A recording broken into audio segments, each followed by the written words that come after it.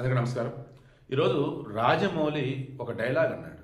నిన్న ఈ వారణాసి సినిమాకి సంబంధించి కొన్ని విజువల్స్ అయితే వెయ్యాలి. ఆ ముందు రోజు నటి అంతా ఎఫర్ట్స్ పెట్టారంట. ఈలో పాటు ఎవడో డ్రోన్లతో షూట్ చేసి సినిమా లీక్ చేసి హడావుడి చేశారు. సరే పని చేద్దాం, మొత్తం రిలీజ్ చేస్తే మొత్తం నెట్లోకి వచ్చేటట్టు ఉంది, రేపు డైరెక్ట్గా చేద్దాం అని చెప్పేసి అన్నారు. మొత్తం ఎల్ఈడి స్క్రీన్లు పెట్టారు, 45 జనరేటర్లు పెట్టారు, అన్నీ చేసిన సరే అవ్వట్లా.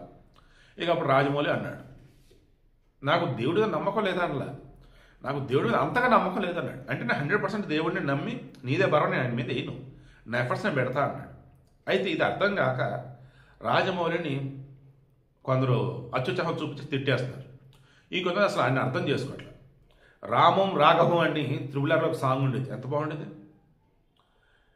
బాహుబలిలో కానీ అంతకుముందు కానీ ఎప్పుడైనా సరే మన రాజమౌళి చూపించినట్టుగా మన పురాణ ఇతిహాసాలకు సంబంధించి ఎవరు చూపించారు ఆ రకంగా? రాజమౌళి ఇక్కడ నాకు అంతగా నమ్మకం లేదంటే, అంత పెద్దగా నమ్మకం లేదంటే నేను బ్లైండ్గా ఫాలో అవ్వను బాబు, నా ఎఫర్ట్స్ నేను పెడతాను అర్థం. ఆయన ఏమన్నాడు, మా నాన్న హనుమాన్ భక్తుడు, మొత్తం ఆంజనేయ స్వామి చూసుకుంటాడరా అని అన్నాడు. మా ఆవిడ హనుమాన్ భక్తురాలు, ఆంజనేయ స్వామి ఉన్నాడండి ఆయన చూసుకుంటాడని అన్నారు. బట్ ఏది విజువల్స్ రావట్లే, నా ప్రాబ్లం టెక్నికల్గా. దాని అర్థం ఇక్కడ హనుమాన్ మీద కోపం వస్తుంది అంటే, అయ్యా నేను పెట్టాల్సిన ఎఫర్ట్స్ పెట్టాను కదయ్యా, మా వాళ్ళు ఏమో నిన్ను అంతగా నమ్ముతున్నారయ్యా, నేను కూడా నమ్మాను వాళ్ళ వల్ల, నేను పెట్టాల్సిన ఎఫర్ట్ పెట్టాను, మా వాళ్ళు నమ్మారు, నేను నమ్మాను, రావట్లేదయ్యా. ఇది ఒక కొడుకు తండ్రి మీద ఉండే కోపం, ఒక భక్తుడికి దేవుడి మీద ఉండే కోపం, అంతేకాని ఒక నాస్తికుడు ఉండేది కాదు. మీకు ఎందుకు అది అర్థం కావట్లే? ఒక మాట నోటి నుంచి రాగానే ముందు వెనక ఆలోచించరా, తిట్టేస్తారా? రాజమౌళిలో మీకు వేమన కనిపించట్లేదా? వేమన భక్తుడు కాదా? వేమనకి జ్ఞానోదయం అయింది శివుడి వల్ల కాదా? వేమన కూడా నాస్తికుడు అని ఎక్కడన్నా మాట్లాడా? మానవ సేవ మానవ సేవ అన్నాడు.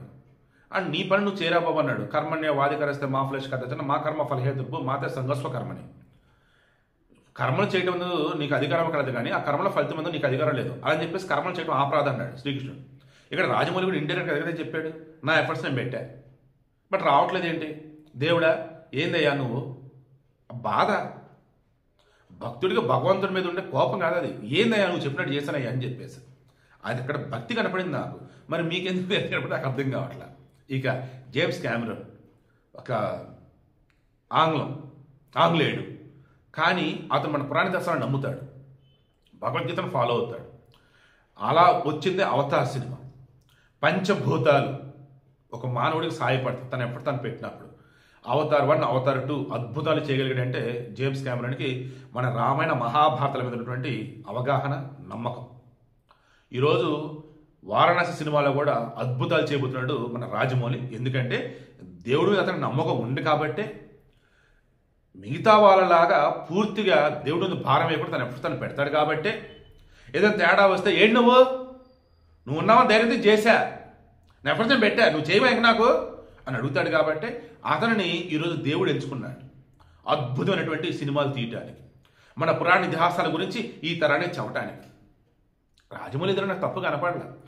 ఒక తండ్రి మీద ఒక బిడ్డకున్న కోపం కనపడింది, దేవుడి మీద భక్తుడికి ఉండే కోపం కనపడింది. ఆ కోపంలో ఆరాధన, భక్తి, ప్రేమ కనపడ్డే తప్ప విద్వేషం ఇటువంటివి కాదు. అర్థం చేసుకోండి.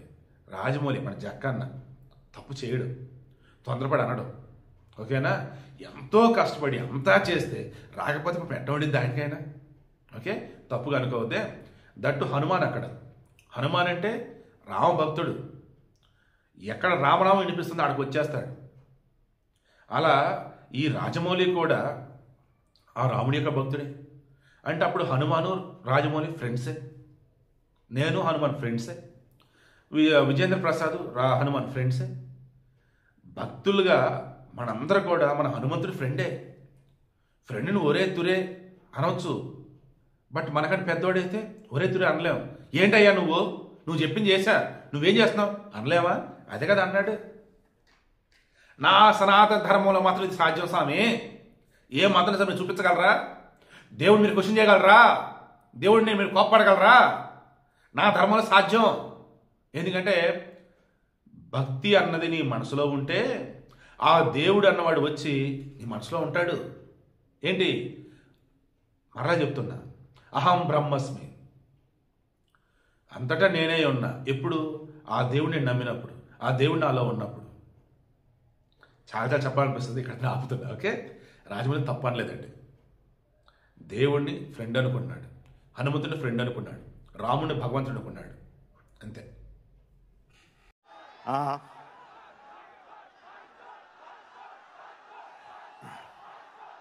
నాకు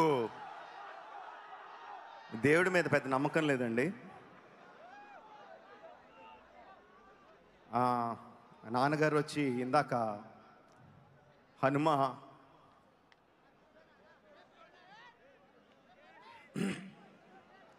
వెనకాల ఉంటాడు, గుండె తట్టి నడిపిస్తాడు అని చెప్పారు. ఇలా అయిన వెంటనే కోపం వచ్చింది, ఇదేనా నడిపించేది అని.